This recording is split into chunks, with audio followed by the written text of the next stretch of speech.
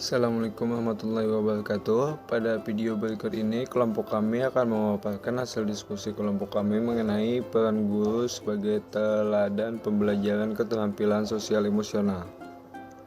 Pertanyaan yang pertama adalah, apa tantangan bagi guru untuk menjadi contoh atau menjadi teladan khususnya dalam hal sosial emosional? Tantangan bagi guru untuk menjadi teladan atau contoh khususnya dalam hal sosial emosional adalah guru harus bisa mengelola dan menampilkan emosi yang positif serta mencontohkan perilaku yang baik seperti dalam tindakan maupun ucapan. Sebagai pendidik yang profesional, maka guru harus bisa seprofesional mungkin dalam kegiatan belajar mengajar yang dia lakukan, dengan tidak mencampurkan hal-hal di luar lingkungan belajar yang bisa berpengaruh atau berdampak kurang baik dalam kegiatan pembelajaran tersebut. Pertanyaan selanjutnya, kasus yang ada berkaitan dengan hal di atas berdasarkan pada pengalaman kami mengamati proses belajar mengajar yang pernah kami ikuti. Berdasarkan pengalaman kami saat mengamati proses pembelajaran di kelas 9 SMP, siswa terkadang berkonflik antar teman sehingga masih sering terucap kata-kata kasar di dalam kelas. Kemudian beberapa siswa terkadang menolak untuk mengerjakan tugas yang diberikan oleh guru dan terkadang beberapa siswa bolos sekolah tanpa alasan yang jelas. Selanjutnya, bagaimana sekolah bisa mendukung pembelajaran sosial emosional? Apa saja tantangan bagi sekolah? Menurut kami, sekolah dapat mendukung pembelajaran sosial emosional bagi peserta didik dengan cara memberikan kegiatan-kegiatan yang dapat mendukung perkembangan sosial emosional peserta didik, seperti kegiatan rutin pagi yang dilakukan di sekolah tempat kami melaksanakan PPL, dengan berdoa dan membaca Asmaul Husna bersama sebelum memulai pembelajaran di kelas. Kemudian bergotong royong dan lain sebagainya. Tantangan bagi sekolah untuk mendukung hal tersebut adalah memberikan pemahaman terhadap peserta didik tentang pentingnya mengelola emosi dan mengembangkan kemampuan sosial emosional yang baik bagi peserta didik.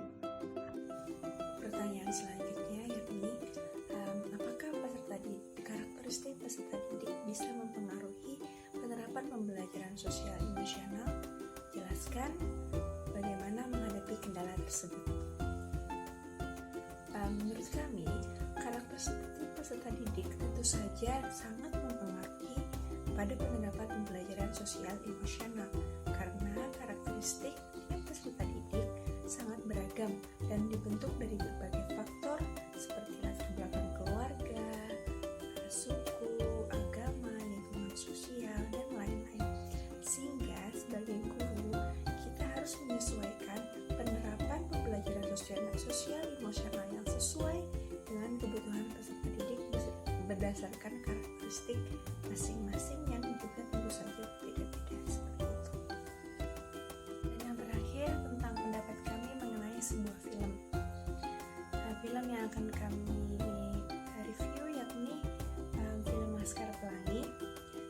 Bila Anda sudah menonton film tersebut, apa yang bisa Anda pelajari dari film tersebut berhubungan dengan guru sebagai agen perubahan? Hal yang dapat kami pelajari dari peran guru sebagai agen perubahan pada film Laskar Pelangi yakni guru berperan sangat penting dalam menumbuhkan minat serta motivasi belajar bagi peserta didik agar tercapainya tujuan pendidikan secara umum maupun secara khusus dari proses pembelajaran. Selain itu, guru juga harus memiliki dedikasi tinggi dalam memberikan pembelajaran yang bermakna bagi peserta didik untuk membimbing mereka mencapai potensi optimalnya masing-masing. Demikian yang dapat kami sampaikan. Terima kasih atas perhatian. Assalamualaikum warahmatullahi wabarakatuh.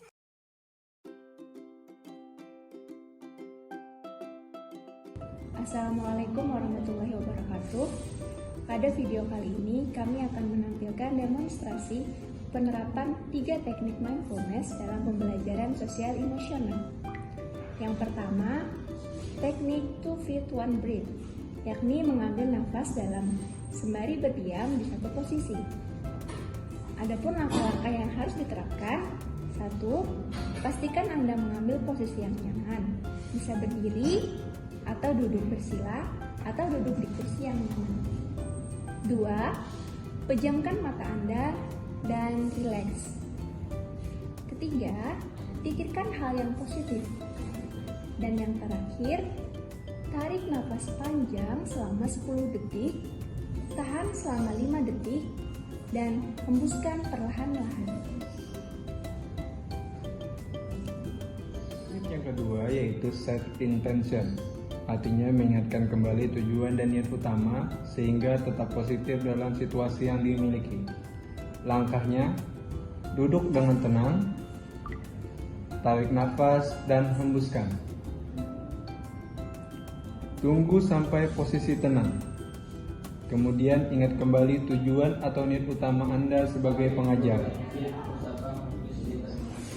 Setelah itu, bisa Anda tuliskan kembali niat dan tujuan Anda.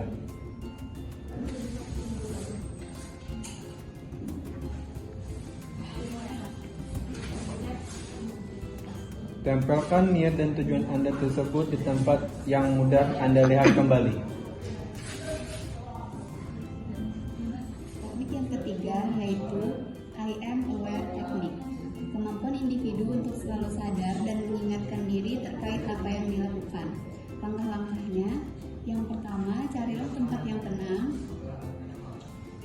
Tutup mata Anda, sadarilah keberadaan Anda di tempat tersebut. Kemudian, emosi apa yang Anda rasakan? Pikirkan mengenai pekerjaan Anda dan apa yang sudah Anda lakukan. Sadari apakah perilaku atau tindakan Anda yang sudah baik dalam mengajar. Sadari apa yang perlu Anda tingkatkan, peristiwa atau critical incident apa yang mengingatkan Anda. Tuliskan pada kertas dan tempelkan di tempat yang Anda ingat atau bisa dikumpulkan